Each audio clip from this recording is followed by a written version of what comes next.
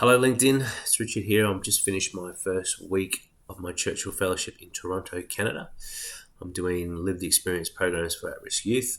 And the type of lived experience I'm always will be talking about, generally, otherwise I'll say, is system impacted, justice system, child protection system, and also from marginalised communities. So communities that these systems impact the most. The reason why I'm doing this is because I feel in Australia, my opinion is that sort of lived experience needs to be developed more. Like, we have fantastic people in the space already, but when you compare it to the use and the support for, say, mental health lived experience, alcohol and other drug lived experience, or even gender lived experience, it's miles behind. And I'm hoping that the findings from this fellowship will allow me to develop a program in Australia and contribute to already the fantastic work that's already happening there. Now, a few things I've learned. Well, firstly, if you're doing a fellowship and you're designing one, keep in mind how long you think the meetings may go for. Like, some of my meetings went for 3 to 4 hours, and some of them went for about an hour. I have no formula for working that out, but like, I would stick to one meeting a day if you're doing a fellowship, just in case. Like, to do 2, 3, 4 hour meetings in a day would just be too much, and you'd probably burn out. And some of the conversations you have are fascinating. Like, so I was sharing my lived experience, the mentors were sharing their lived experience, the admin staff was listening, and because of the type of questioning I was asking was probably not the sort of questions that they would ask, because I got my own lived experience. They were absolutely fascinated by what the mentors were saying, not only what I was saying, but they were learning something within their own organisation. It was really, really fascinating. So just be mindful.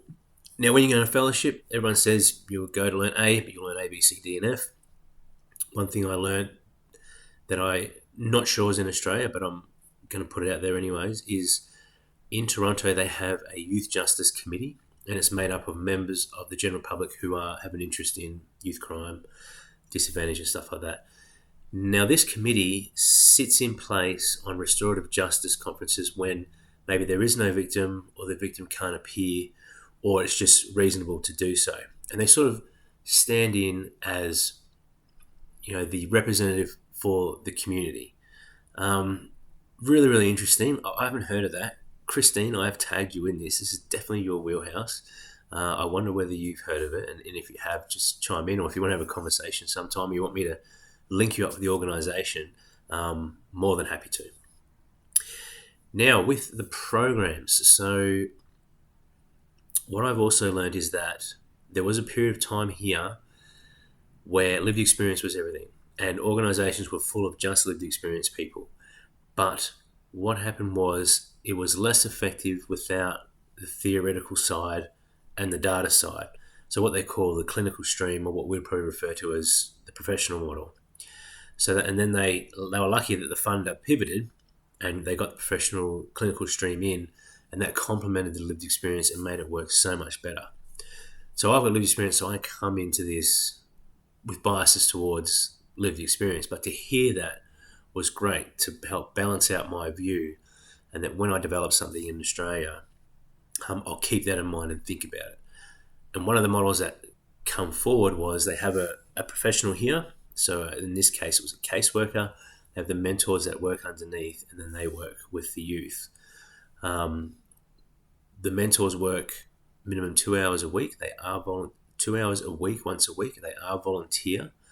And they do work with the caseworker. So a lot of them have youth justice matters on foot, and the rapport built with the mentors helps them engage with the caseworker.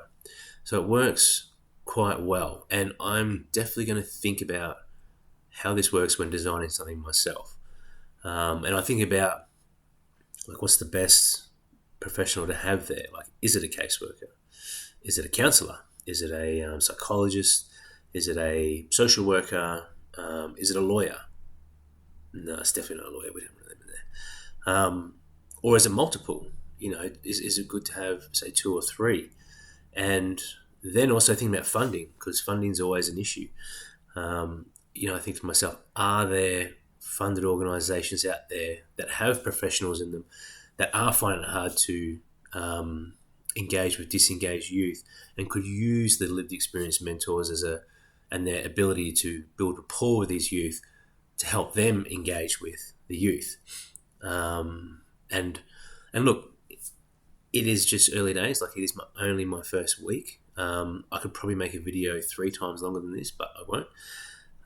But this is just all, creating the swirl pot of ideas, and then hopefully I'll bring something back to Australia and implement something there. All right, over and out. It's -20 here. Mate, that is cold. It is very cold. There's another lesson I've learned is -20 is bloody freezing. Thank you for that.